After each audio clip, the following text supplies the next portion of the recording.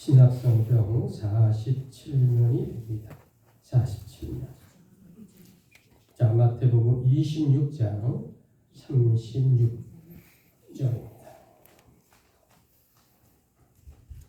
자, 마태복음 26장 36절. 이에 예수께서 제자들과 함께 겟세마네라 하는 곳에 이르러 제자들에게 이르시되 내가 저기 가서 기도할 동안에 너희는 여기 앉아 있으라 하시고. 자, 37절입니다. 천천히 시작.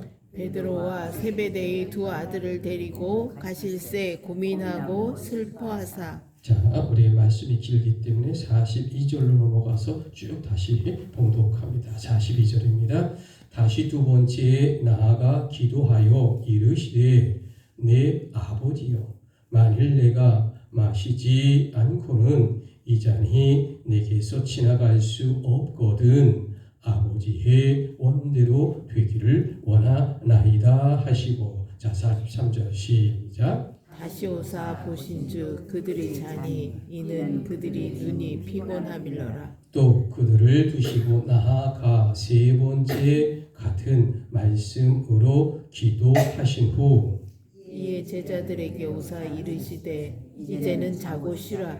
보라 때가 가까이 왔으니 인자가 죄인의 손에 팔리느니라. 일어나라 함께 가자 보라 나를 파는 자가 가까이 왔느니라. 자, 우리 마지막 47절 함께 고백합니다. 시작. 말씀하실 때에 12 중에 하나인 유다가 왔는데 대제사장들과 백성의 장로들에게서 파송된 큰 무리가 칼과 뭉치를 가지고 그와 함께 하였더라. 아멘.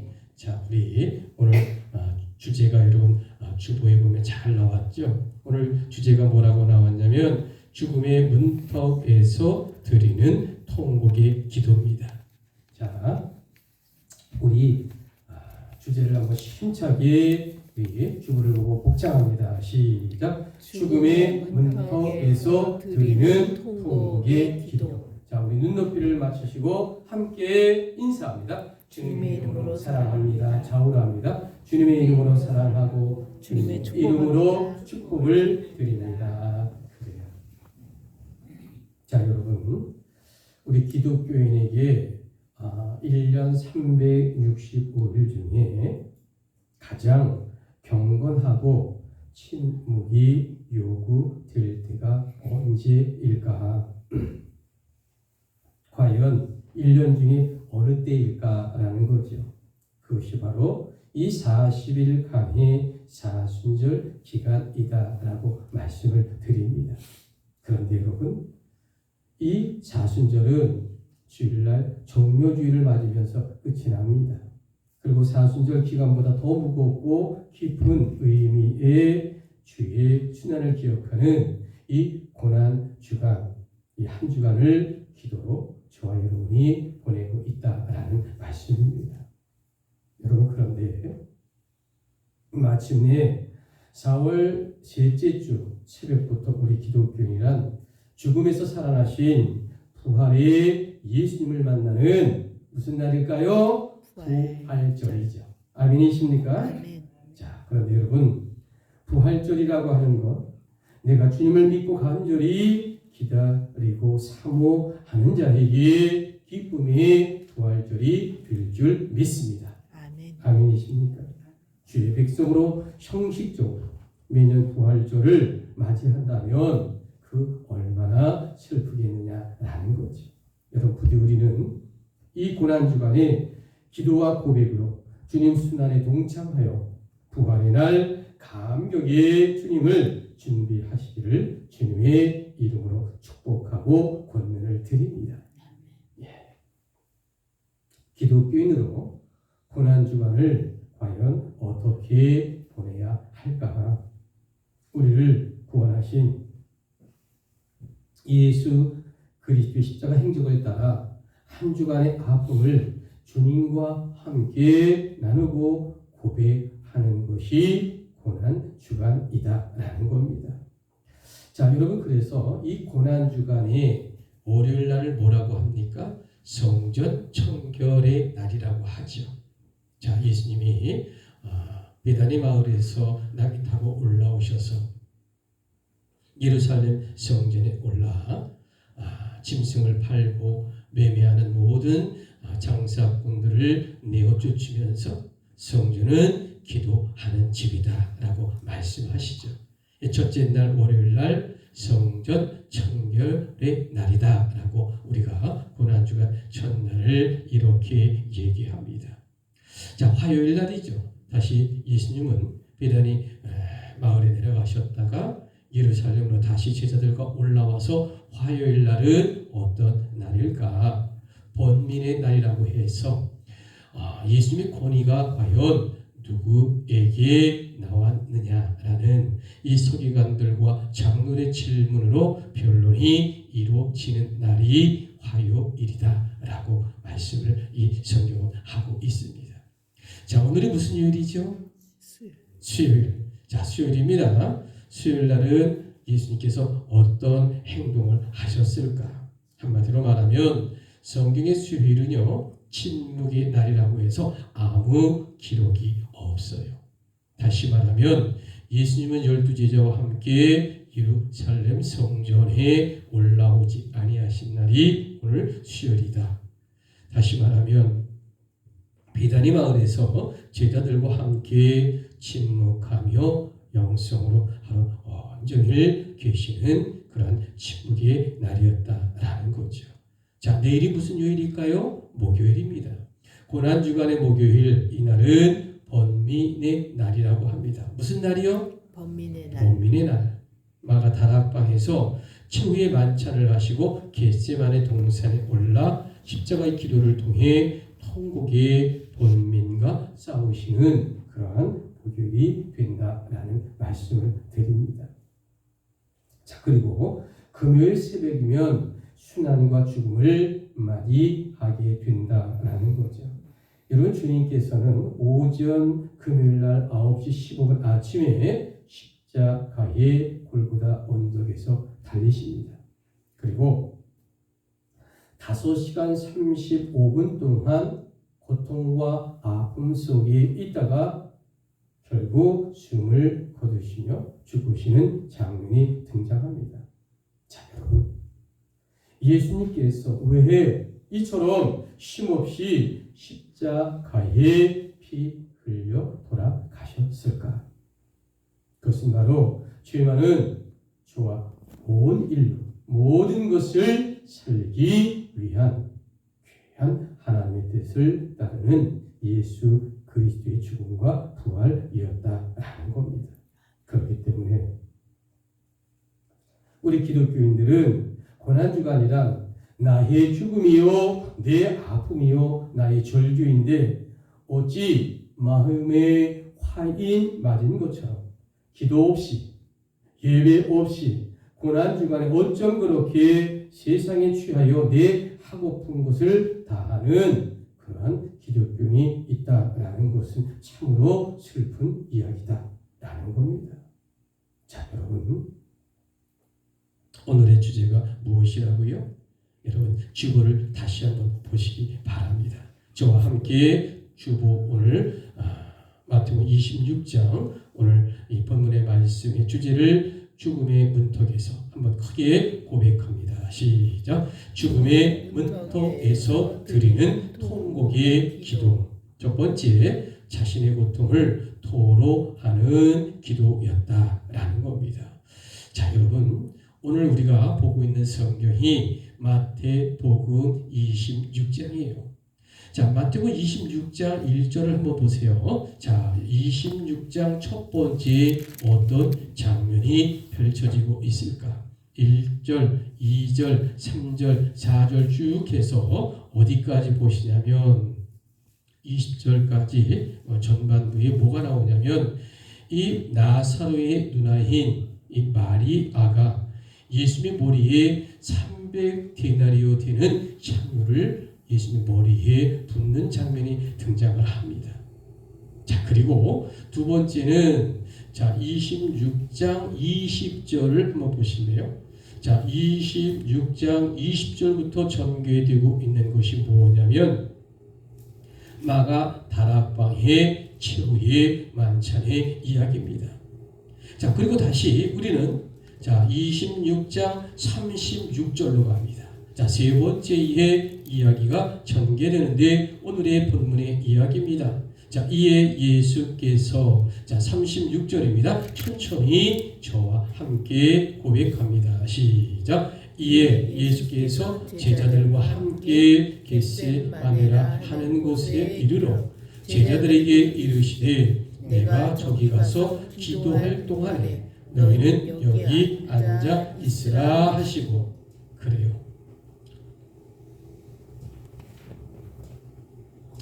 자, 여러분, 자, 예수님의 목요일 저녁밤입니다. 자, 목요일 저녁에 물론 이 낮에부터 마가 다락방에서 이제 예루살렘, 이 예루살렘의 성지 성전 마가 다락방은 실로암 연못에 있는 밑에 있거든요. 뱀의 연못 옆에 있어요.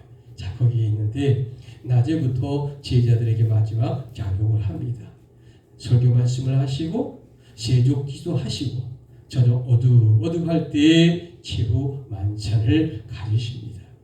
자, 그리고 예루살렘의 이 중앙산지 성전 있는 방향으로 쭉 올라가게 되면 성전의 양의 문이라고 하는 곳에 예수님이 이제 도달하게 됩니다. 자, 그리고 가서 감람산의 올리브 동산으로 예수님이 이제 어둑어둑 하실 때 향하게 되죠. 그때 두 사람의 제자를 데리고 가지 않습니까? 그것을 주님은 간절하게 기도를 하는 장면, 이게 올리브 동산의 기도죠.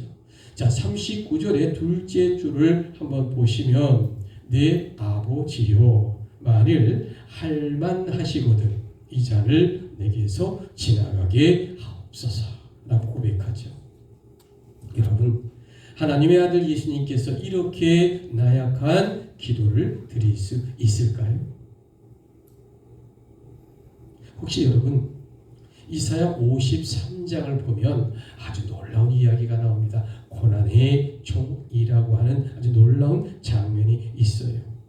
자, 2000년 전 예수님이 탄생했잖아요. 근데 예수님이 탄생하기 전에 이미 740년 이전에 이사야 선지자를 통해 BC 740년에 이사야 선지자를 통해 미리 하나님께서 귀한 말씀을 증거해 주셨어요. 앞으로 우리 죄를 위하여 한 어린 양이 찔림을 받아 평화를 누리고 그가 채찍에 맞음으로 나음을 입으리라 라는 예언의 말씀을 주셨어요. 그런데 여러분, 지금 당사자인 예수님께서 이 잔이 내게서 지나가게 하옵소서라고 기도하고 있습니다. 여러분, 이것은 바로 눈앞에 벌어진 십자가 죽음이라고 하는 상상을 초월하는 메가톤급의 세상 최대의 환난 중의 고통이기 때문이다 라는 말씀을 드립니다. 하나님의 본체이시고요. 또 그 하나님 독생자 예수라도 그 십자가의 죽으심이란 상상을 뛰어넘는 신적 사랑이라도 너무도 어려운 것이 사실이다라고 말씀드릴 만큼 이 십자가의 고통과 아픔은 이루 말할 수 없다라는 겁니다. 자, 여러분, 오늘의 주제가 무엇이라고요? 다시 한번 힘차게 고백하기를 원합니다. 시작. 죽음의 문턱에서 드리는 통곡의 기도.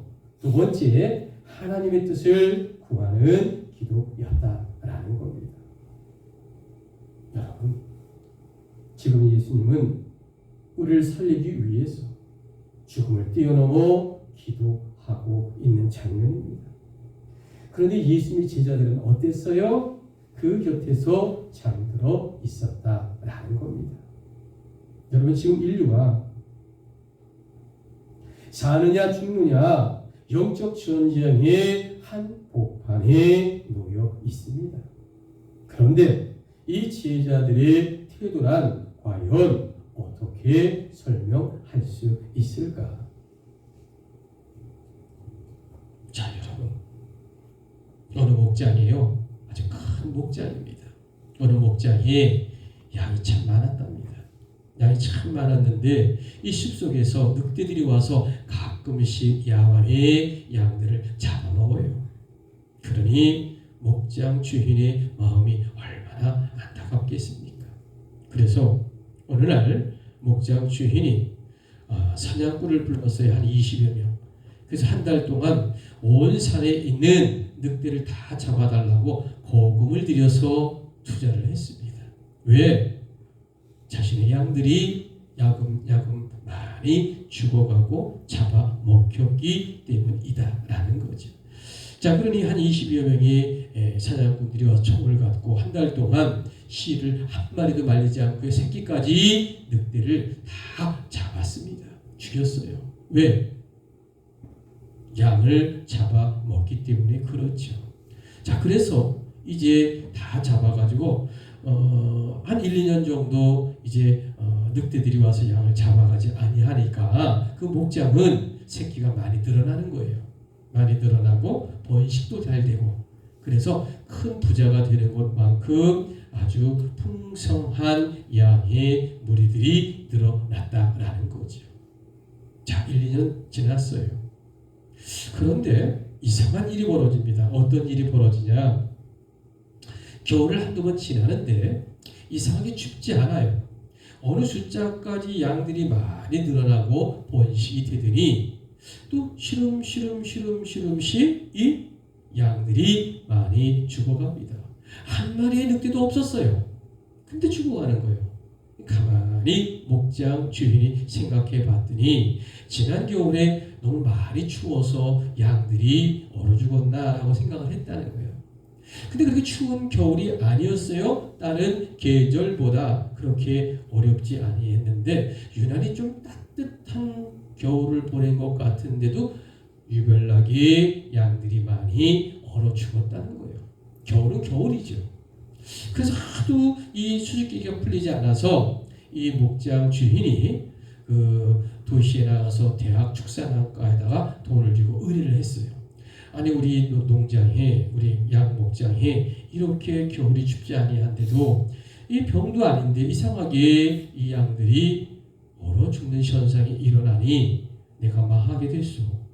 늑대도 없는데 그래서 연구를 해주시오라고 의뢰를 했다는 겁니다. 자, 그래서 한 10분의 대학 교수와 학생들이 나와서 한 조사를 좀 해봤대요.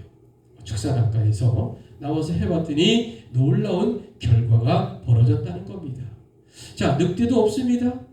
겨울이 춥지도 않았어요. 그런데 왜 양들이 번식하다가 그만 갑자기 줄어들었을까라는 거죠. 자, 대학 축산학 교수들이 이제 밝혀낸 결과가 놀랍니다. 자, 늑대들이 모두 사냥꾼에 의해 죽고 나서 너무 양들이 게을러졌답니다. 그래서 결국은 별로 춥지 않은 겨울철에도 움직이지 않아 얼어 죽는 거예요. 자, 늑대가 올 때는 밤에 야밤에 이렇게 물 나오면 옮기기도 하고 막 자기들끼리 몰려다니잖아요. 그렇지 않아요? 어떻게 보면 살려고. 자, 그런데 그런 것이 다 사라지니까 게을러지고 그러니까 추위에 더 연약해지는 그러한 양의 목장으로 전락되었다라는 거죠. 자, 여러분, 이 이야기가 무엇일까? 그것은 바로 깨어있는 자만이 살아날 수 있다는 것을 이야기하는 겁니다. 또한 기도하는 자만이 하나님 뜻을 이룰 수 있는 하나의 신뢰가 되는 이야기가 아닐까라는 거죠. 자, 여러분, 마태복음 26장 41절 시험에 들지 않게. 자, 성경 졸지 마시고 자, 성경 본문에 눈을 맞추시고 함께 고백합니다. 시작. 시험에 들지 않게 깨어 기도하라. 마음에는 원이로되 육신이 약하도다 하시고. 자, 여러분, 2000년 전 이스라엘이 회복하는 길은 바로 깨어나서 기도하는 길인 것입니다. 여러분 아멘이십니까? 아멘. 또한 오늘날도 우리나라의 내 가정이 치유되는 것은 예수 이름으로 기도하는 것뿐입니다. 아멘이십니까? 아멘. 그래서 이 고난주간의 기도 제목이란 과연 무엇이 되어야만이 주님이 기뻐하실까라는 겁니다. 그것은 바로 오늘의 주제 죽음의 문턱에서 드리는 통곡의 기도. 이 예수님의 기도 제목이 오늘 나의 기도 제목이 되어야 살아갈 수 있다는 겁니다. 승리할 수 있다는 것입니다. 아멘. 복을 받을 수 있다는 것입니다. 아멘. 우리 가족이 치유될 수 있다는 것입니다. 아멘이십니까? 아멘. 그래요. 여러분 이것이 바로 살아있는 고난주간의 주님과 함께 그 아픈 고난에 참여하는 그런 성도요 목회자의 모습입니다. 그런데 여러분 지금 우리들은 과연 어떠하고 있습니까?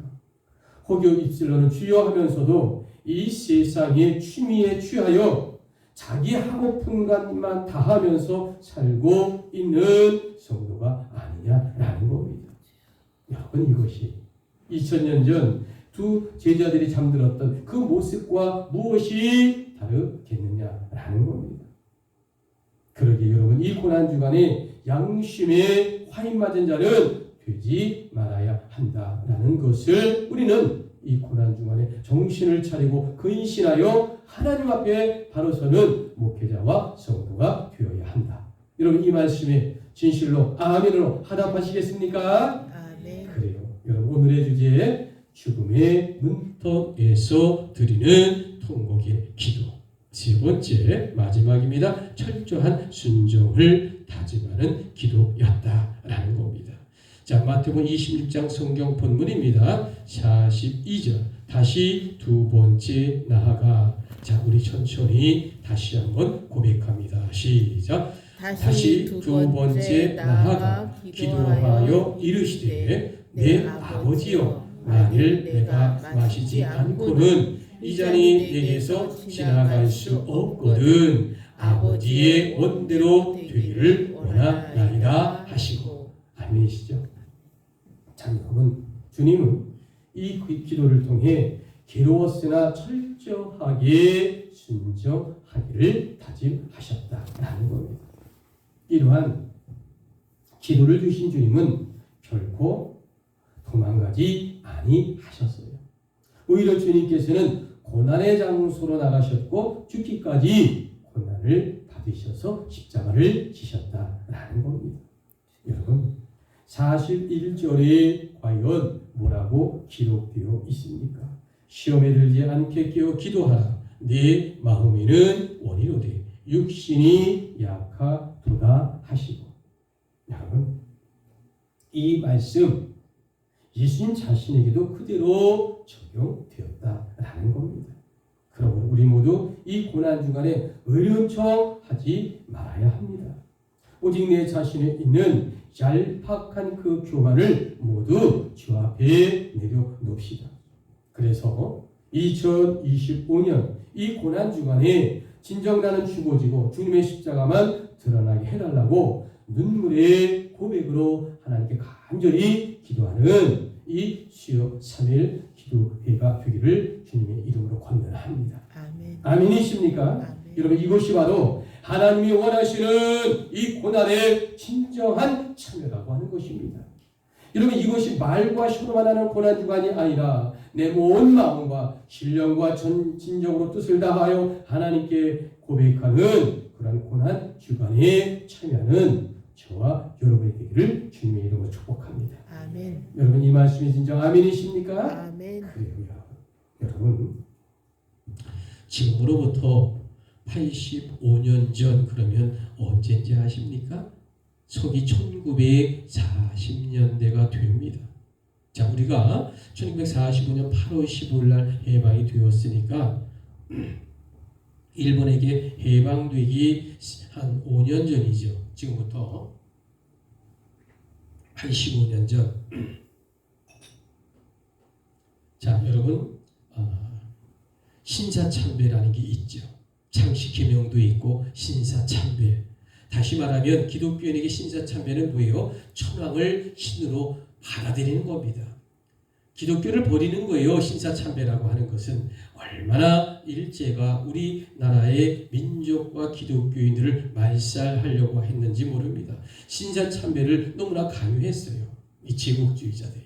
그래서 과거 강원도 삼척당에서도 신사참배를 고발하는 자들을 감옥에 가두거나 또는 물론 구성도 그랬습니다만은 그리고 이제 죽이기도 하고 또 투옥도 시키고 그랬던 이 아주 악랄했던 것이 1940년 지금부터 85년 전에 많이 우리 기독교인들이 순교를 당했습니다.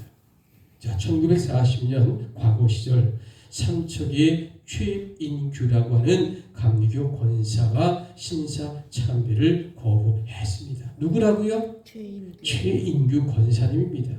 자, 그래서 삼척 경찰서의 감옥에 투옥이 되었답니다. 그런데 일본의 순사들은 그 최 권사에게 등에는 똥찌개를 지게 하고요. 그리고 앞 가슴에는 나는 신사참배를 거부하는 최인규라는 편말을 목에 걸고 삼척읍의 고리를 끌고 다녔다라는 겁니다. 이것이 지금으로부터 85년 전 1940년도에 있었던 시절입니다. 자, 그런데 이때 이 최인규 권사님의 친구였던 차국성 전도사가 있어요. 누구라고요? 차국성 전도사님. 이 전도사님은 당신의 친구인 이 최 권사님이 신앙을 지키려고 신사참배 거부하고 이렇게 모욕을 당하고 경찰서에 끌려가 고초를 당하니까 친구로서 동창으로 안쓰러웠을까? 안 안쓰러웠을까? 안쓰럽죠. 그러니까 집에서 며칠 동안 고민하다가 삼척 경찰서의 서장을 만나겠다라고 신청을 한 겁니다. 여러분, 일본의 경찰서장이 함부로 만나주지 않습니다, 사람. 자, 그런데 어쨌든 간에 차국성 전도사가 이제 삼척 경찰서장을 찾아가 면담을 신청했습니다. 그리고 만났어요. 지금 신사참배를 거부하는 나의 동창 최인규 권사는 원래 정신병자입니다. 그러니 서장님 용서하고 풀어주십시오. 이렇게 간청을 했답니다. 이 순간 일본인 경찰서장이 깜짝 놀라며 반문합니다. 당신 내가 보니까 당신은 전도사인데 신사참배 하던데 근데 그 친구라고 하는 차국성 최인규는 예수를 믿고 신사참배를 거부해서 지금 감옥에 갇혔는데 당신이 전도사라면서 그렇게 말할 수 있어. 예수를 믿으려면 차라리 최인규 권사 당신 친구처럼 믿으시오라고 아주 큰 소리로 화를 내면 내쫓았다는 거예요. 자, 여러분, 이 순간 이 차 전도사는 그만 얼굴을 감싸고 경찰서를 빠져나와 주님 앞에 통곡했다라는 겁니다. 왜 통곡한지 아십니까? 이 차 전도사는요, 이미 수년 전에 신사참배의 강요에 넘어가서 기독교 신앙을 변절자가 되어 있었던 사람이었기 때문에 그가 감옥에 가지 않았거든요. 여러분, 2000년 전에도요, 하나님을 향하여 신앙의 변절자들이 있었습니다. 그것은 바로 장로와 서기관과 바리새인들이었다라는 거죠. 그리고 주님의 충실한 제자였던 가룟 유다도 있었어요. 여러분, 이런 점에서 이번에 이 고난주간을 통하여 과연 우리들은 영적으로 거룩한 척하는 신앙의 변절자가 아닌지를 오늘 이 말씀을 통해 회개하고 통해 자복하시기를 주님의 이름으로 권면을 드립니다. 제가 말씀을 준비하면서도 저도 회개했고요. 정말로 통해 자복하는 심정으로 이 말씀을 함께 전하는 겁니다. 혹여 진정 우리들이 차국성 전도사처럼 부끄러운 신앙의 변절자가 아닌지를 주 안에서 한번 되돌아보자라는 겁니다. 왜? 고난 주간이기 때문에 더 그렇습니다. 여러분, 우리 모두가 85년 전에 이 삼척에 똥기계를 지었던 최인규 권사님의 눈물의 길을 걷는 성도가 되어야 하지 않겠습니까? 여러분, 이것이 2000년 전 주님께서 올리브 동산에서 하나님께 올려드렸던 죽음의 문턱에서 드리는 통곡의 기도였고, 또한 이것이 오늘 이 고난주간에 눈물로 고백해야 할 진정한 기도이며 참여이다라는 놀라운 말씀, 바로 오늘 본문의 말씀이 이것을 우리로 하여금 주님께서 알려주고 있는 놀라운 영적인 말씀입니다. 여러분, 이 말씀의 진정 회개하며 아멘으로 화답하시겠습니까? 아멘. 그래요. 자, 여러분, 오늘의 결론을 선포하고 마치고자 합니다. 죽음의 문턱에서 드리는 통곡의 기도로 예수님은 왜 십자가에 피 흘려 죽으셨을까? 가번 첫째, 하나님과 인간의 화목을 위하여 주님은 십자가를 지신 분입니다. 그래서 우리가 이 고난주간에 기도하고 눈물로 하나님의 그 아픔에, 예수 그리스도의 아픔에 동참하고자 하는 겁니다. 자, 여러분, 죽음의 문턱에서 드리는 통곡의 기도로 예수님은 왜 십자가에 피 흘려 죽으셨을까? 나와 둘째, 죄를 사하여 인간을 새 피조물이 되게 하기 위해서였다라는 겁니다. 그러므로 우리는 이 고난주간에 새벽마다 나와 찬양하고 눈물을 흘리며 하나님 앞에, 예수 그리스도 앞에 우리의 마음과 아픔을 함께 나누고자 하는 겁니다. 자, 여러분, 죽음의 문턱에 드리는 통곡의 기도로서 예수님은 왜 십자가에 그토록 피 흘리고 죽으셨을까? 다번 셋째, 구속받는 자를 하나님 앞으로 인도하게 하기 위해서였다라는 겁니다. 그러므로 여러분, 우리의 마음을 주님께 드리고 그 마음을 통해 십자가 피 흘리는 주님을 생각하며 결단하는 이 고난주간의 놀라운 고백이 되기를 원합니다.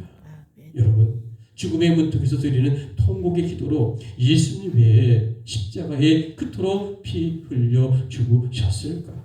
라번 네 번째, 죄인으로 하여금 그리스도의 영광에 참여하기 위해서였다라는 겁니다. 예수님은요, 피 흘려 죽으시고 모든 아픔과 고통을 온 인류와 우리를 회생시키고 구원시키고 천국을 향하게 하기 위하여 모든 것을 버리신 분입니다. 그런데 1년에 365일 중에 이 고난주간에 새벽에 깨어 기도하기를 원하고 당신의 고난에 동참하기를 원하는데도, 새벽에 직분자가 되는데도 하나님 앞에, 그리스도 앞에 기도해야 할 자들이 이 자리를 채우지 않는다고 하는 것이, 그래서 어떻게 하나님을 사랑하고 내가 하나님 앞에 구원받는다라고 고백할 수 있겠느냐는 거죠. 자, 여러분, 죽음의 문턱에서 드리는 통곡의 기도로 예수님 왜 십자가에 피 흘려 죽으셨을까? 마지막 마번 다섯 번째, 성도를 완벽한 상태에서 구원의 영광을 얻기 위하여 예수님은 십자가 지셨습니다. 우리를 살리기 위해, 우리를 구원하기 위해, 천국 백성으로 영원토록 왕노릇하며 주님과 살기 위해 주님은 십자가 지셨는데, 우리를 일주일에 한 번 예배 드리는 거로 다 된 것으로 생각하고, 수요 예배를 빼먹기를 밥 먹듯이 하고, 새벽기도 오지 않는 것을 아주 당연한 것으로 알고, 1년 365일 월삭은 둘째 치고간에 고난주간에도 와서 기도하지 않는 자가 돼서 어떻게 우리의 신앙을 고백할 수 있겠습니까, 여러분? 여러분, 이 기독교를 믿고 하나님을 믿는 것이 무슨 개돈 나가고 무슨 모임입니까, 이게? 내 생명과 내 삶을 드리고 온 오주와 만물을 위해 우리를 희생하신 예수 그리스도 앞에 나의 자녀와 나의 모든 삶의 중심의 핵심이 바로 이 복음인데, 구속인데, 십자가 구원인데, 내가 하고 싶은 것 하고, 내가 하고 싶은 거, 먹고 싶은 거 다 즐길 것이 나의 인생입니까? 그래서 구원의 역사가 일어날 수 있습니까, 여러분? 아니에요. 행복하십시오. 마음껏 좋은 차 사십시오. 빌딩도 사십시오. 그러나 그 마음의 중심이 하나님 앞에 가 있지 아니한 자는 결코 구원받지 못해요. 믿음으로 고백하여 하나님께 구원받는 자는 그 마음의 중심이 여호와 앞에 간다는 겁니다. 여러분, 너무 구원이 값싸게 그냥 믿음만 고백했다고 되는 게 아닙니다. 행위 구원을 말하는 것이 아니라 마음의 중심을 내 하나님을 나의 목숨같이 사랑하지 않는 자가 이것이 위선 아니고 무엇입니까? 여러분 그게 내 마음대로 안 돼요. 성령에 덧입혀야 이 믿음도 나오고요. 하나님의 고백도 나오는 것입니다. 아멘이십니까? 그러니까 겸손하자는 겁니다. 여러분 부디 이번 고난주간을 통하여 죽음만큼 아픈 주님의 십자가 고통을 체험하는 저와 여러분이 되기를 원합니다. 또한 이 고난주간만이라도 이 세상의 삶과 내가 하고픈 일을 빠지지 말고 주께서 그토록 원하시는 영혼 구원 사업인 복음 전도에 전념하고 올인하는 성도가 되기를 원합니다. 전도 많이 안 해도 돼요. 아니 고난주간이나 사순절 기간에도 내 영혼과 나의 그 이웃과 내 가족과 그리고 나의 이 자녀들을 위해 기도하고 복음과 치유의 회복의 역사가 있게 해달라고 그때라도 기도하고 마음을 다하고 실천하고 올인하고 영혼 구원에 전념해야지. 내가 하고 싶은 거 다 하고 언제 우리 가족의 치유의 역사가 있고 우리 교회 복음과 하나님의 역사가 임하겠습니까? 여러분 이것이 바로 오늘 주제입니다. 죽음의 문턱에 드리는 통곡의 기도, 바로 이것이 예수 그리스도의 기도였고요. 오늘 이 시대에 우리 자신이 기도해야 할 제목이다라고 하는 것입니다. 여러분 아멘이십니까? 그래요. 기도합니다.